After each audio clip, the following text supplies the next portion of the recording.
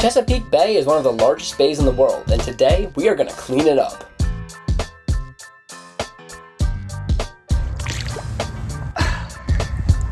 Did you know the Chesapeake Bay is approximately 200 miles long and ranges from 3.4 to 35 miles in width? Chesapeake. God, red-handed. Like most bodies of water, the Chesapeake Bay has an alarming amount of garbage. Luckily, we've got an expert on the job. Like shell or plastic? Kind of hard to tell. Shell. Yes, shell. Did you know? The Chesapeake Bay watershed encompasses 6 states: New York, Pennsylvania, West Virginia, Maryland, Virginia, Delaware, and the District of Columbia. That means that if you live in one of these states, the water from your state ends up in the Chesapeake Bay, which ends up in the ocean. That's why, even though it may not seem important, littering and polluting your local waterways does actually cause real-world problems. For example, this could be your trash. But that's not even the worst of it. Besides looking gross for us humans, fish and other animals get sick and sometimes die from eating garbage. In fact, most trash does not wash ashore and causes a lot of damage in aquatic ecosystems. Why do animals eat garbage? Well, typically it's because they mistake it for food. Plastic bags resemble jellyfish, for example, which just happens to be a favorite snack of sea turtles. And if you think that your trash in Pennsylvania couldn't possibly end up in the mouth of a sea turtle, think again.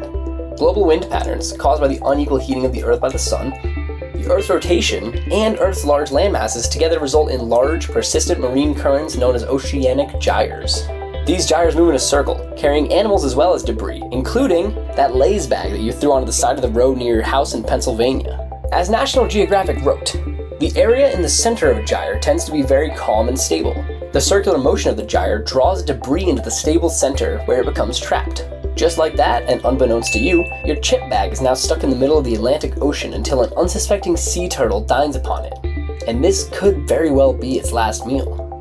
And these patches, since hardly anything in them is biodegradable, just keep growing and growing. I don't know what to say right now. Just throw your trash away normally. I don't know how this is happening. Why? This is unacceptable. And this isn't just happening in the Atlantic. It's a problem all over. The largest garbage patch in the world resides in the Pacific Ocean, the Great Pacific Garbage Patch. Though everyday household trash is found throughout these garbage patches, it's probably important to say that the bulk of garbage in these is from fishing operations. With nets, lines, buoys, and more, entanglement is another huge issue caused by these patches. Given enough time, the only real outcome for garbage in the ocean is to accumulate on beaches or in gyres.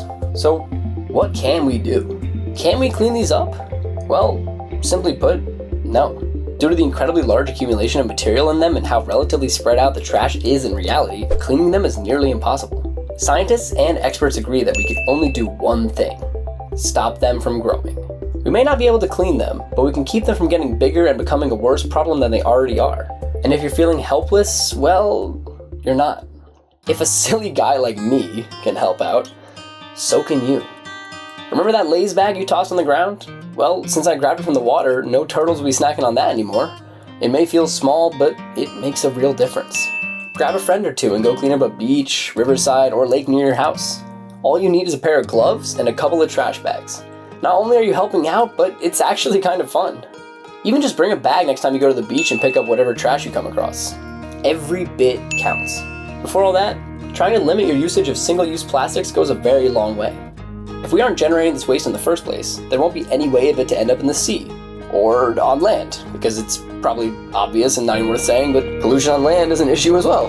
Reusable bags and water bottles can save hundreds or even thousands of pieces of plastic alone. And action doesn't have to be large. Whether you are cleaning an entire beach or simply making smarter choices as a consumer, it all adds up to make real change.